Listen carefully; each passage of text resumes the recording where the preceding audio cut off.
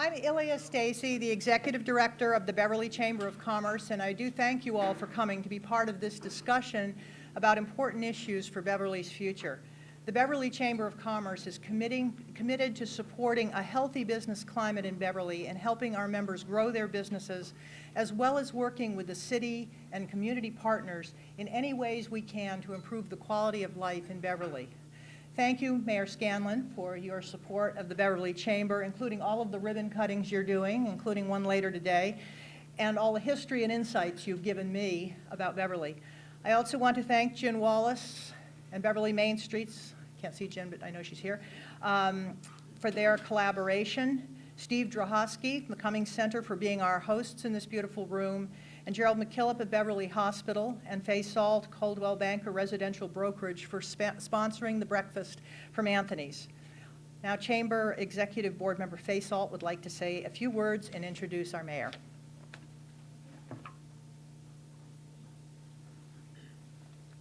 Good morning.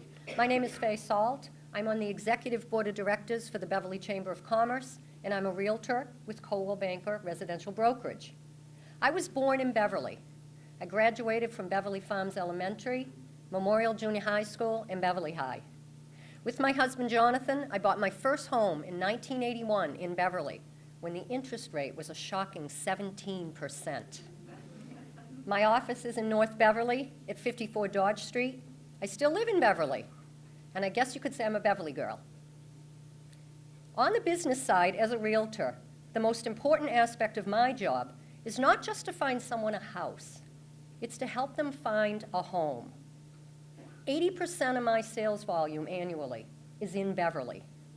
I know the value of living here and understand firsthand Beverly's features, its many benefits, and why sales have been so stable and consistent year after year. In addition to providing every type of housing imaginable, what other local community has 5 train stations, easy access to commuter routes, fabulous beaches and parks, great restaurants, shops, renowned medical facilities, a wide variety of public, private schools, colleges, and a brand new high school?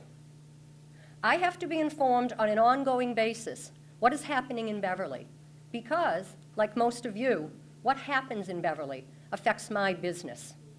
It is because of this I'm happy to co-sponsor this event with our friends at Beverly Hospital. Thank you.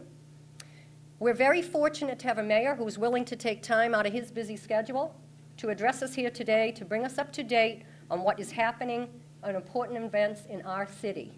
I'm happy and honored to introduce our mayor, William Bill Scanlon.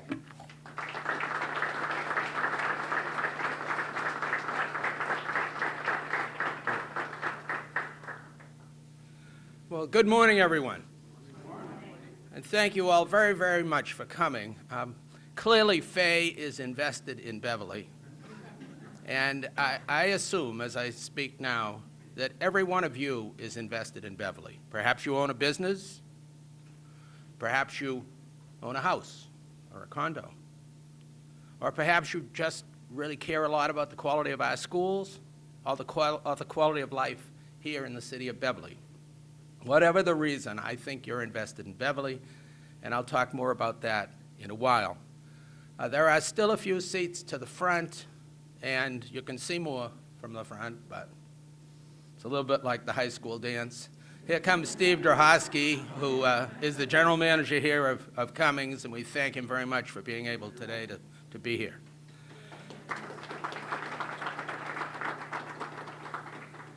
My objective today is to talk a little bit about where we were, where we are and how we got here, and where we want to be. And the overriding objective since I started in 1994 has been to rebuild and improve the infrastructure of the city of Beverly. So I'm going to talk about that, and we can talk about where we stand on that in a bit. In 1994, when I started, there was actually a lot of change at the city council level and the school committee level at the same time, because Beverly was $8.5 million in deficit. There were for sale signs pretty much everywhere. There had been a plan to try to do something with the schools, and the council voted it down unanimously.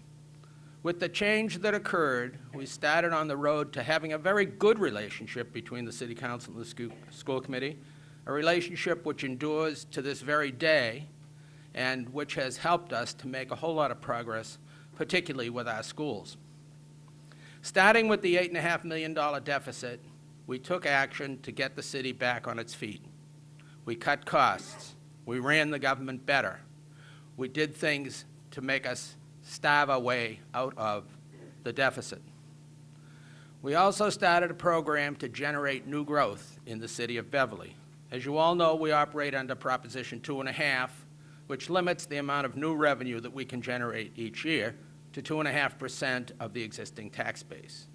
So if you're going to make any progress, you must somehow find a way to generate new growth. And I'll talk more about that in a moment.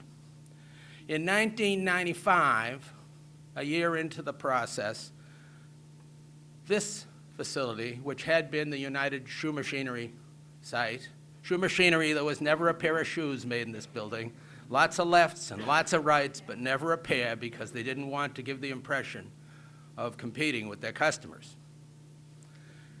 This site was quite derelict, and I don't know how well you can see this picture. Oh, it's this one. Excuse me a moment. I'm going to just get this closer to some of you.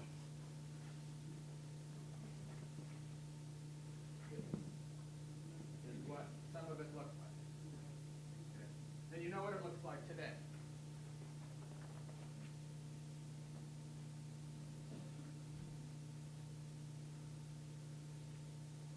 This site was a terrific eyesore, about 1,400,000 or 500,000 square feet of space, most of it empty, and actually bleeding losses every single day when it was owned by then Emhart. Bill Cummings came along and bought this site in 1995, and soon thereafter he requested from the city a TIF. TIF stands for Tax Increment Financing, and it is the patient capital theory. The theory is that if you grant exemption from paying taxes on the new investment for a period of time, that people will invest more. And so we did just that. We gave Cummings a TIF that said the city would not charge anything on the newly created value. He was paying taxes all the time, mind you, on the original value, the assessed value at the time he bought it. But we gave him exoneration from taxes on the newly created value, total exemption for 5 years, and 50% exemption for another 5 years. And that all finally ended in the year 2006. And today, taxes are paid as if the TIF never existed. So the city went without funds for some time because we didn't get those monies, but then eventually we got more from it. And today, as I understand it, there are over 500 companies here and over 5,000 people working. And that's pretty good. Some people see that as the most successful redevelopment project in New England in the last 20 years. Moving along from there, a second effort to generate a lot of new revenue was the creation of Sam Fonzo Drive, which connected Conant Street with Henderson Road. And when we did that, we opened up land that was properly zoned for industrial development, but had been totally inaccessible. They're all over here too, okay.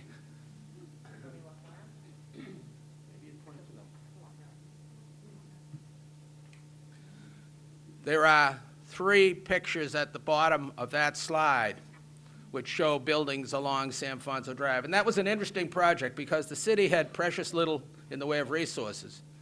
We obtained $2.7 million from the state in terms of grants, and we got the people whose property values were going to increase markedly from the project, Excellus, the Fonzos who own 2 of the 3 buildings there, to invest in it. And so that's another place where we were able to generate some new funds. As we started to get this new growth, which now for the past more than 12 years has averaged more than $1 million a year, we were able to start to do things with that. Our schools. We had 8 elementary schools. We took 3 of them out of the picture. We renovated 5, we built a 6th one, and we operated on that basis.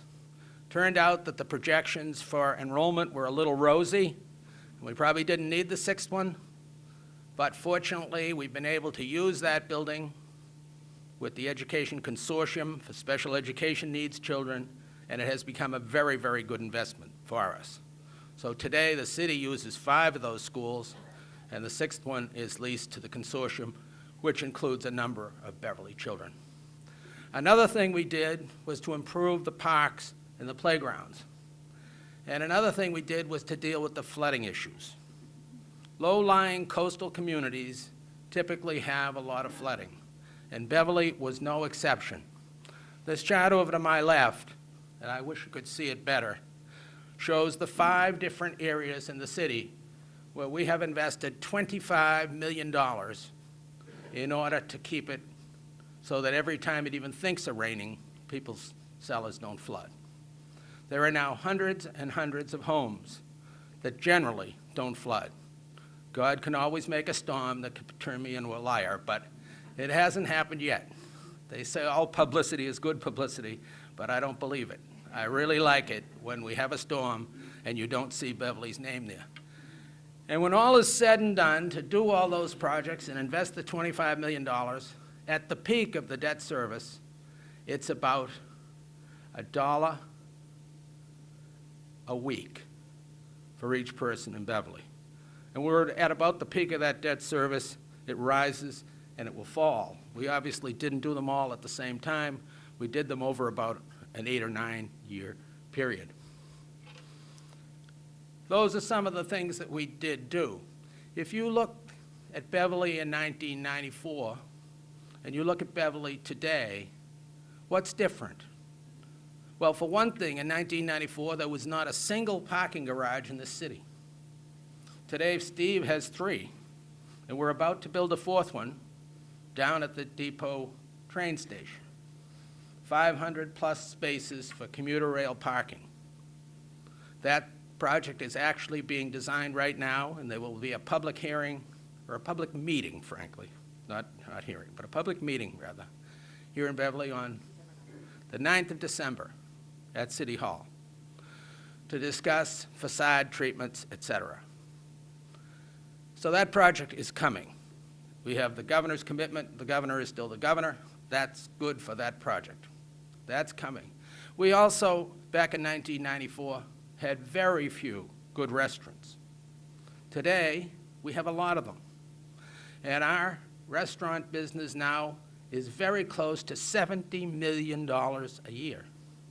We can track that now with the meals tax. And I was talking to a restaurant owner the other day, and he said, nobody has spoken to me about it. It's 15 cents on $20. It's been a real help to us. It helped save at least 10 jobs in the last budget cycle. So that's a little bit on where we were and where we are and how we got here. The real question that I want to address is, where are we going? And then I'd like to open it up to questions from all of you. Before we talk about where we're going, let's think about what it is we still need to do in terms of improving the infrastructure. In my mind, there are 3 major projects. Certainly there are a number of smaller ones, like fixing up City Hall a bit and the library, but 3 major projects. The first, the middle school of the future. Today we're in the Briscoe. We expect within 5 years to have broken ground on a project to expand and upgrade Memorial. Now, Briscoe has 6 acres of land. Memorial has 17 acres of land, and it's a newer building. So our middle school of the future, I think pretty much everybody agrees, should be Memorial. The second project, the public safety facilities. You may know that we have the rights to 2 acres of land right out in front of this building on which to build a public safety facility. And if you look on the map at our central fire station, it's not really very central. It's pretty close to the ocean. So longer term, it would be really good if we could have a modern, state-of-the-art joint public safety facility. Some people would still argue to have police and fire separate. I like the idea of combining them in a community of about 40,000 people. And now that we're going to be part of the regional dispatch system, the cost of that project will go down some because we won't have to have as much equipment in it. A lot of that equipment will be centralized at the Middleton jail site, where 8 or 9 communities have agreed to enter the joint regional dispatch. The third, and not so often heard about project, is the upgrading of the public service facilities, which really were pretty much built in the 1930s and do make our public services functions less productive than they should be. It makes a lot of sense to improve that, but I think that one probably will have to follow behind the other two. The good news in what I've just said is we've done a lot. We've got these 3 big projects left, but we don't have 33 big projects left. We have come a long, long way. Now moving to the future, how do we look at that?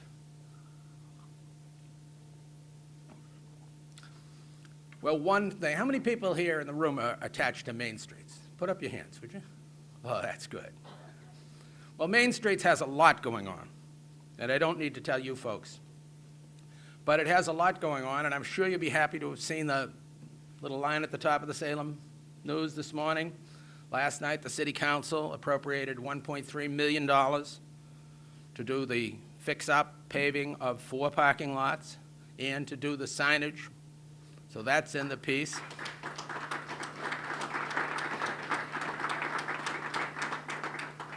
Yeah, I guess that's just good luck that that happened last night. I hadn't thought about that much, but Main Street is working on the downtown, working on the zoning.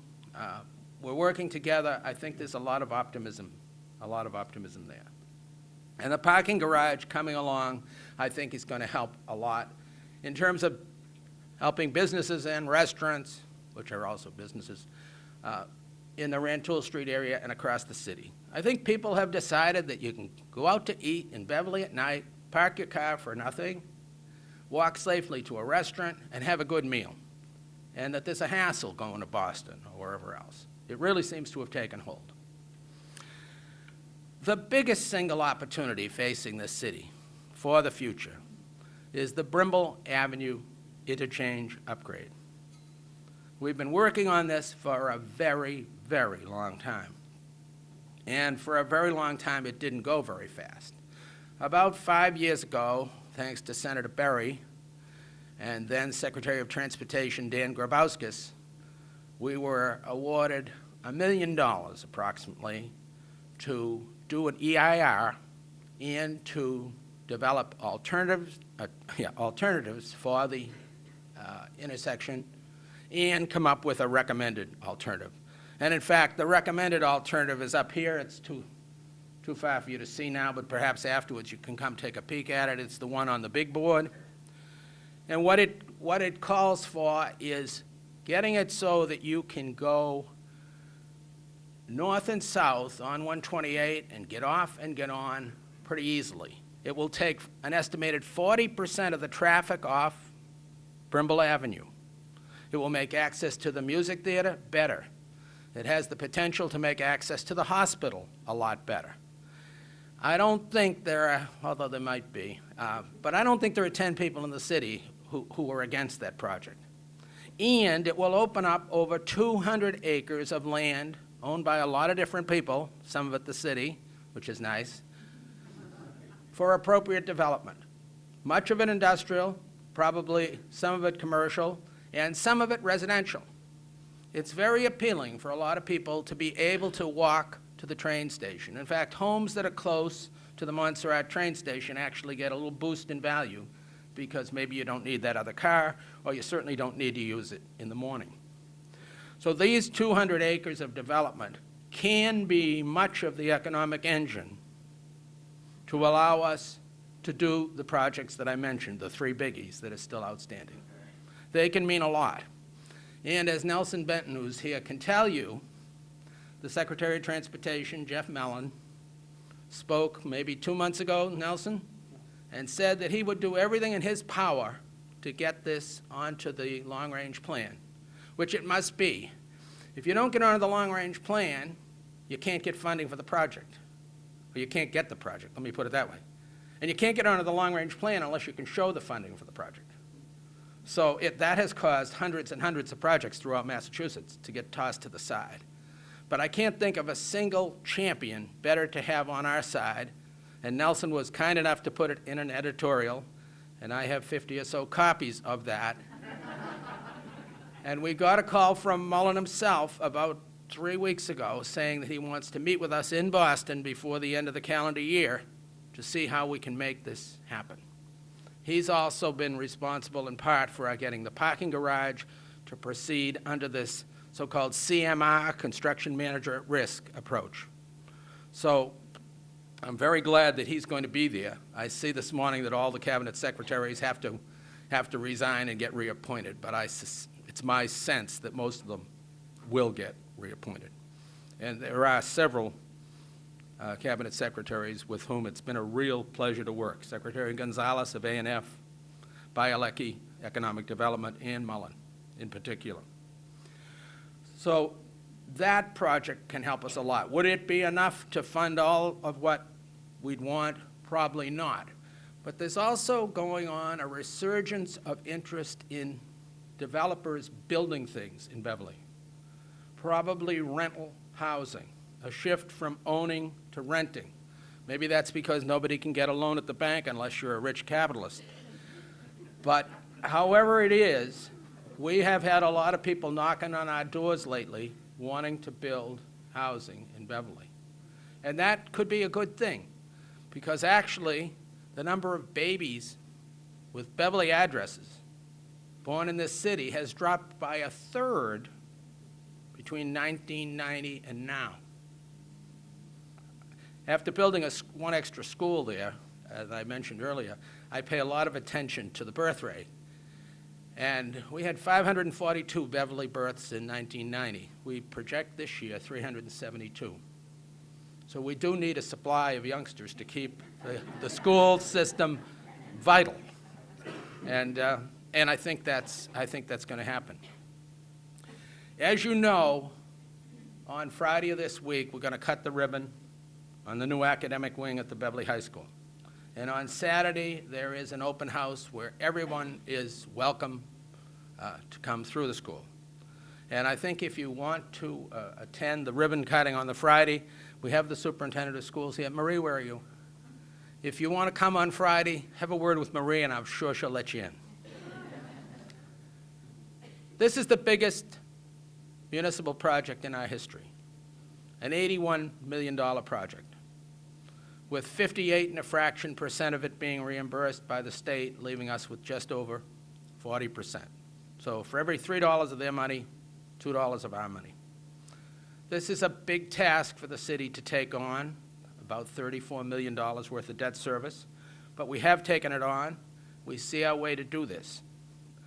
When we designed the high school, we had every reason to think that MSBA, that's the Massachusetts School Building Authority, would be able to finance the fields around the high school. We have a 45-acre site at the high school, and we planned fairly extensive things there. I wish you could all see the picture. Tina, would you hold that up again for a minute? That's Vanna. Vanna. There are 2 artificial turf fields in that picture. The one to the left, nearest Herrick Street, is inside the track oval, and the one to the right of it is not. We had, I think that's good, Tina. We actually, okay, Vanna. We had actually put the construction of the fields, the stands, the lights, the bathrooms, lots of bathrooms, the state code's tough on that, the concession stand, we had put all that into the bid as an alternate. And MSBA came along and said, sorry, no money for fields, none of that. So that set us back a bit. we decided at City Hall to try to get a grant to go after the first of the two turf fields. That's the one on the left-hand edge, inside the track oval. And within the last 4 or 5 weeks, we were informed that we have been awarded a $500,000 grant for that field.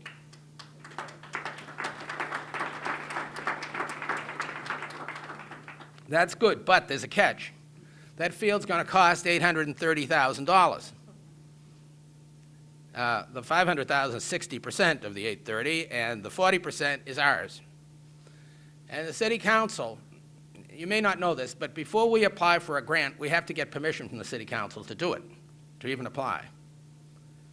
And the City Council said, you can apply for the grant, but we're not going to spend any city money, because we really don't have any city money, on the field. So that left us with the challenge of raising the $330,000. Now, I've got pledges for about $100,000 of that so far, and I had a very interesting discussion with a prominent person yesterday who indicated that he might be able to tie a contribution to every unit sale of his product. I don't want to fully identify the person yet because it's not totally settled. But we're going to need, as a community, to find a way to raise this money, okay? And if you look at it selfishly, if you own real estate in Beverly, this high school, this project, this whole thing is going to improve your equity. Now, I don't want to direct this just to the people in this room, but hopefully the people in this room can direct this to other people. We've established a website. Maria, do you want to announce that?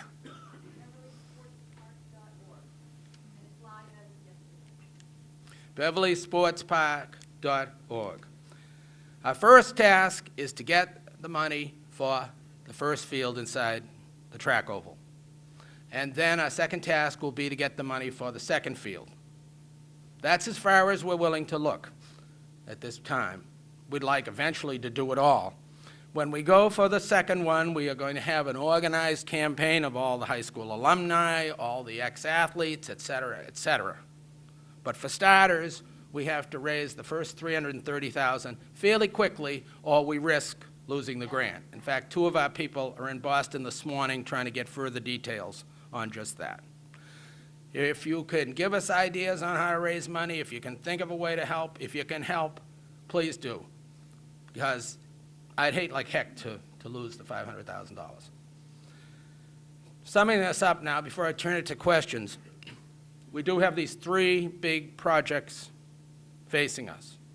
We also have some fairly big opportunities in Brimble Avenue, and further development along Rantoul Street, and other places. I'm optimistic, but I think it's going to be tough. We are going to lose further state aid next year. The state budget this fiscal year, which ends June 30, contains almost $2.5 billion of what's called one-time money, meaning it won't be there next year. So there's almost guaranteed that we'll have some cut in local aid. You all know what local aid is. It's the return of some of our tax money from businesses and people, income tax money, to the cities and towns. And the city of Beverly right now gets $12 million a year returned. Used to get 15 to 16 million returned. That's been one of the challenges of the last few years. The state lost over $3 billion in its revenue, and naturally it couldn't give us what it didn't have. So we have been squeezed by the decline in state aid, and we expect some further cut in it for next year. Let me try some questions. Anybody got a true and false one, as Fred Berry would say? Just as clear as mud, everything I've said? Yes, Sandy.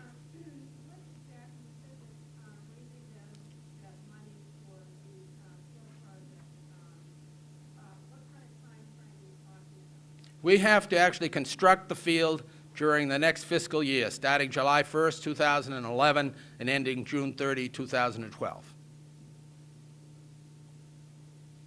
Leighton? What happened to the Briscoe after middle school?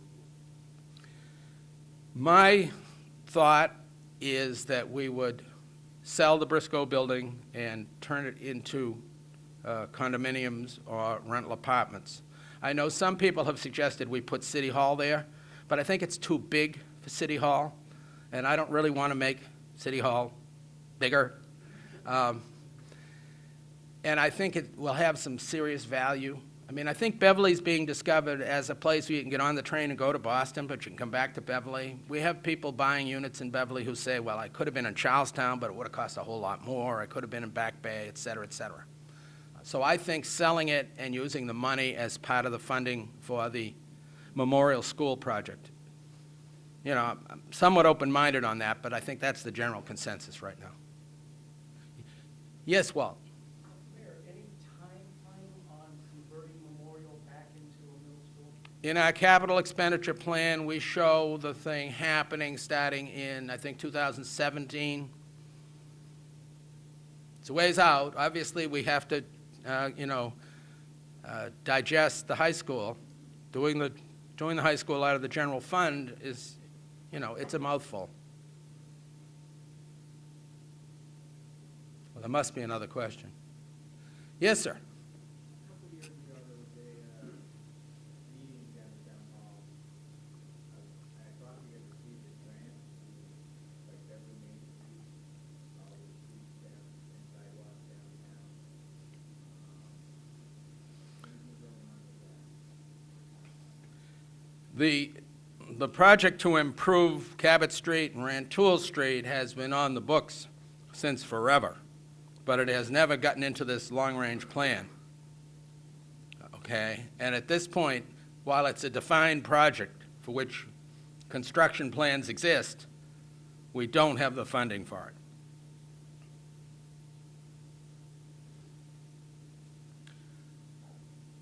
it. In terms of the Brimble Avenue project, which is so very important, let me point out that the North Shore Alliance for Economic Development, which is spearheaded by Salem State University, headed up by Bill Luster, is working very hard on our behalf. And the Alliance includes 30 communities on the North Shore, and the Alliance has designated the Brimble Avenue interchange improvements as the #1 priority on their transportation list. And that raises the attention of people in Boston, Secretary of Transportation, MassDOT, et cetera. So we've got regional support on that project, which I think is extremely important.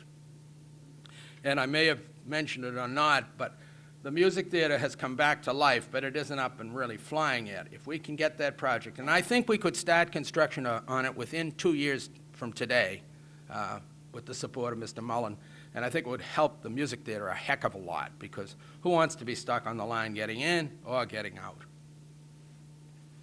Other questions? Yes?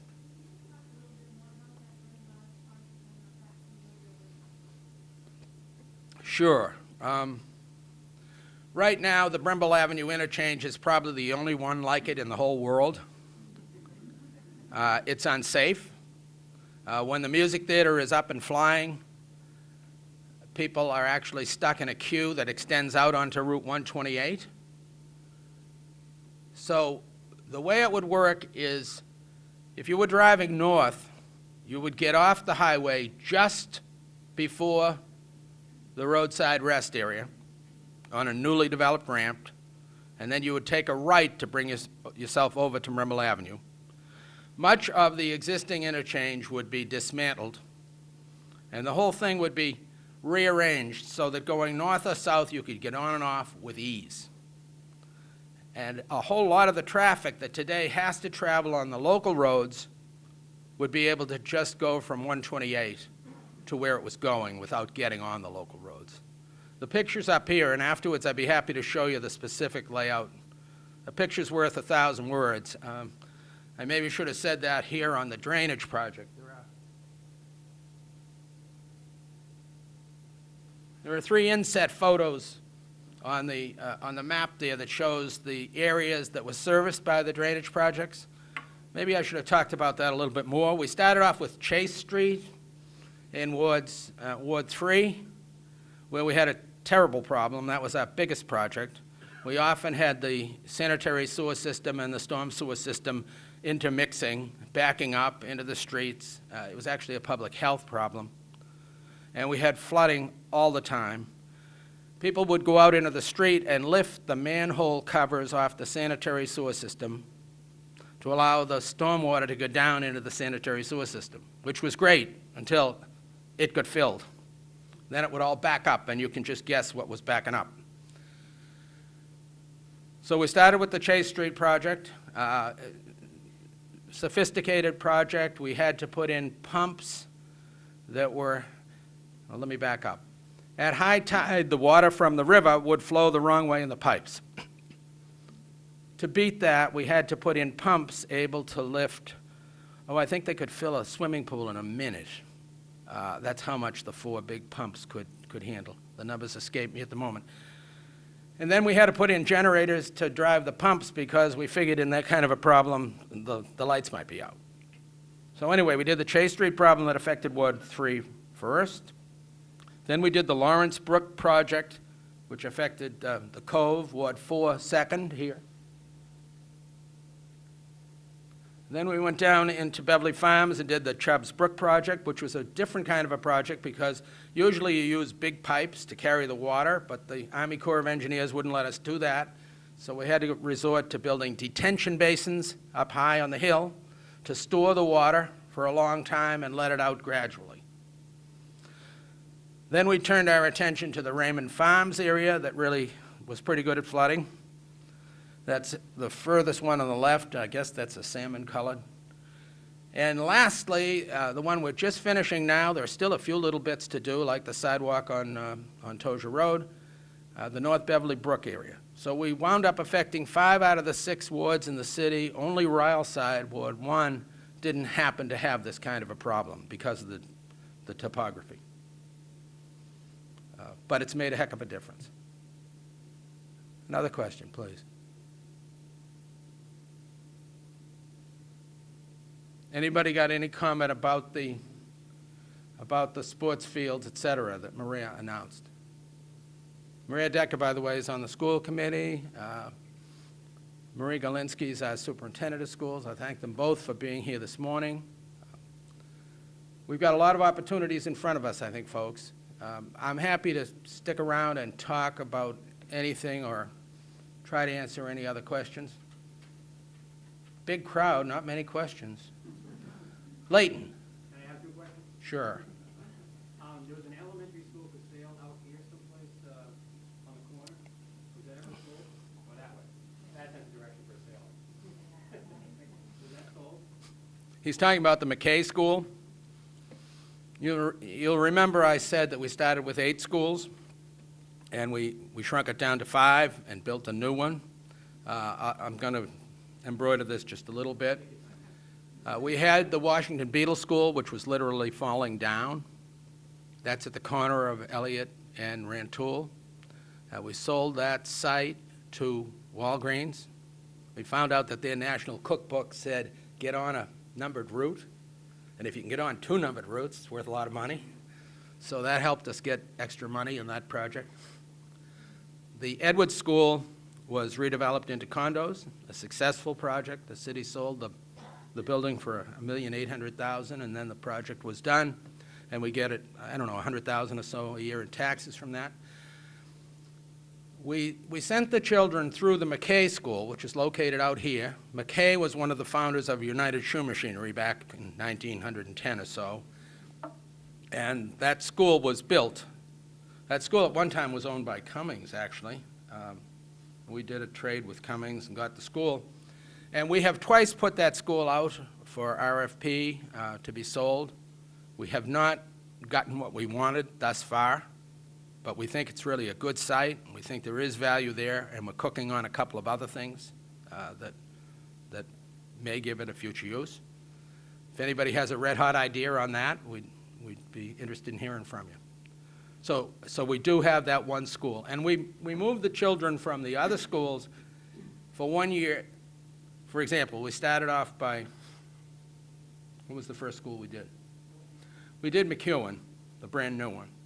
And then I think we went to Ayers. We put the Ayers children in McKay for a year while we did Ayers. And then we brought them back. And then we put the the Hannah children for a year, the Cove children for a year, et cetera, et cetera. So they all got a taste of an old school before they got a new school, and maybe they appreciated a new school a little better. Anything else? Yes, Miranda? What have you thought about the present location of Herd Stadium, assuming the field comes to fruition? If this were to all work out, my thought would be to go beyond the 2 fields we're trying to pursue right now and get the stands and the lights for the second field. The neighbors would be okay with that. And then to turn Herd Stadium into a local field. The seating at Herd Stadium one day is an issue anyway because it's aluminum seats on a steel frame, and the underneath section is always dark and damp and rusting. So if we could get it to where we had the games at the high school, we wouldn't have to bus our own players to Herd Stadium. We would please the lady who can't park in front of her house. We got a lady who bought a condo on Essex Street, probably, and she has no driveway, she has no garage, and at game time, she's in big trouble. Does that mean we have to go to residential parking stickers? I mean, clearly, the land in Beverly has become worth more. That's why we have 3 parking garages and are going for a 4th one. And we may get to the point where we have to do what Brookline and Boston and Cambridge and even Salem do, right? Residential parking stickers. We'd rather not do that because there's overhead involved with that and other stuff. We like to avoid overhead. That's why our trash fee is the way it is, by the way.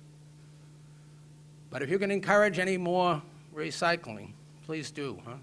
Shame somebody. Another question or two?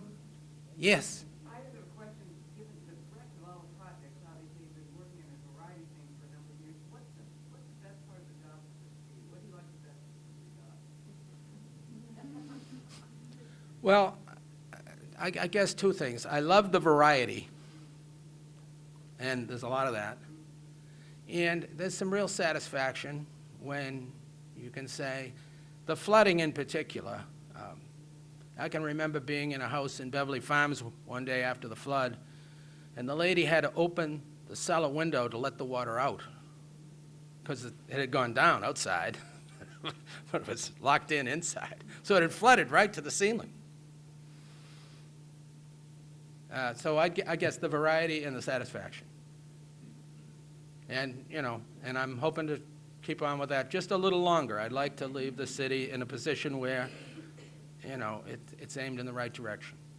Anything else? Thank you all very, very much. I appreciate it.